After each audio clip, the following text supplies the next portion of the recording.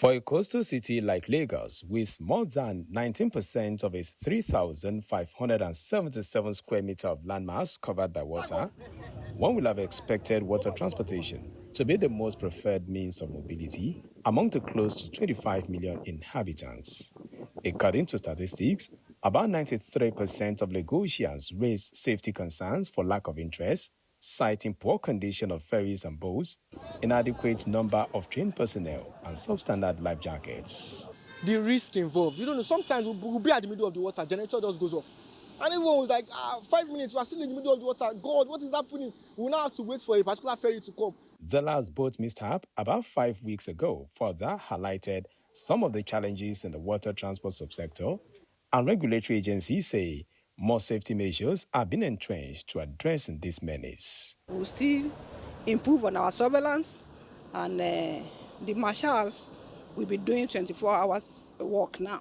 The amount of money that we are spending on roads is disproportionate to what we can invest in the riverine and jetties area. Stakeholders say the enforcement of more penalties, like the case of the Amori boat mishap, in which the manager of the operating company was arrested, and deliberate efforts to fix infrastructure will help return sanity to water transportation, thereby becoming the preferred choice among residents.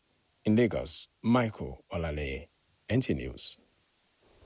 And for more answers into the question of enforcement of safety standard on the waterways, we now link up with Michael Olale live, who is at the CMS jetty in Marina. Hello, Michael. So give us an update on the situation of the safety standards on the nation's waterways. Gochikoka, this is the CMS jetty in Marina, in Outer Marina to be precise, and down to my left is Apapa Port Corridor, in which in less than 10 minutes you make the journey there. Then behind me, straight down, you can quickly navigate to your destination in Badagry, in Port Novo, in less than 2 hours. But the questions still remain, the trust people have about water transportation, which raised the major, which is the issue we are talking about here. I remember before the last boat mishap that happened along this corridor, precisely 5 weeks ago, there is the enforcement, the compulsory use of life jackets is being religiously followed. Then there is the problem, the people are being told, operators know that they are not supposed to overload in their boats. Now, let me give you a typical example. When we are coming in here, there is an access gate to this place. One of the things where we're not allowed in air until we're forced to put on a life jacket. We make it clear to them that we're not even going into the water, but we're forced to put on this. This shows that even, I don't know what you want to tell the boat operators, they will not allow you into their boats. That's one of the safety measures in which that has been put. But the questions to remain, why do we continue to have this mishap along this corridor? And the authority said, one of the problems is that most of these illegal boats or operators, if I might put it, usually operate in those hours of the day which they term as ungodly, referring to between 6 and 7 p.m.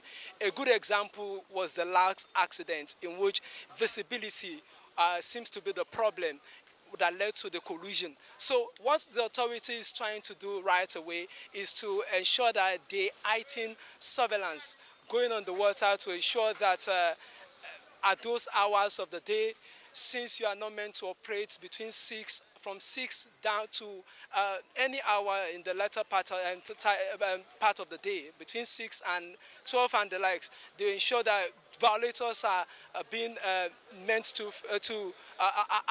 being taken, arrested. And let me tell you one fact is that enforcement is strictly being followed, like we saw in the case of the last boat mishap in which the manager of the operating company was arrested.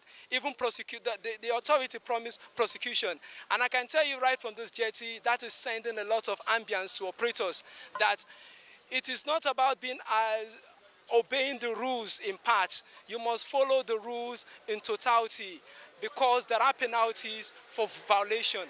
And if we need to talk about violation, if this rule is well followed, it means that those that are that might want to violate some of those rules will either be illegal operators, which by the way the authorities have registered operators along most of the jetties in Lagos. So it will be easy to pinpoint those who are actually illegal operators here. Before I end it here, I would also like to stress that beyond operator fixing all these the guidelines, implementing the law, putting the guideline in place and ensuring that people follow them, there is need to also fix infrastructure. Like from my own point of view, enforcement means putting infrastructure in place.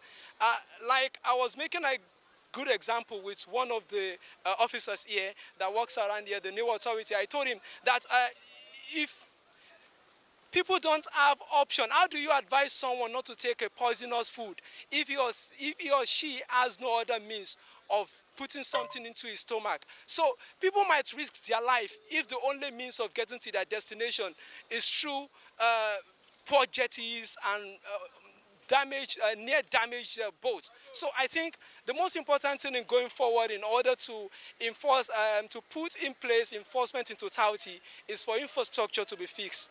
Thank you. That is all we have from here.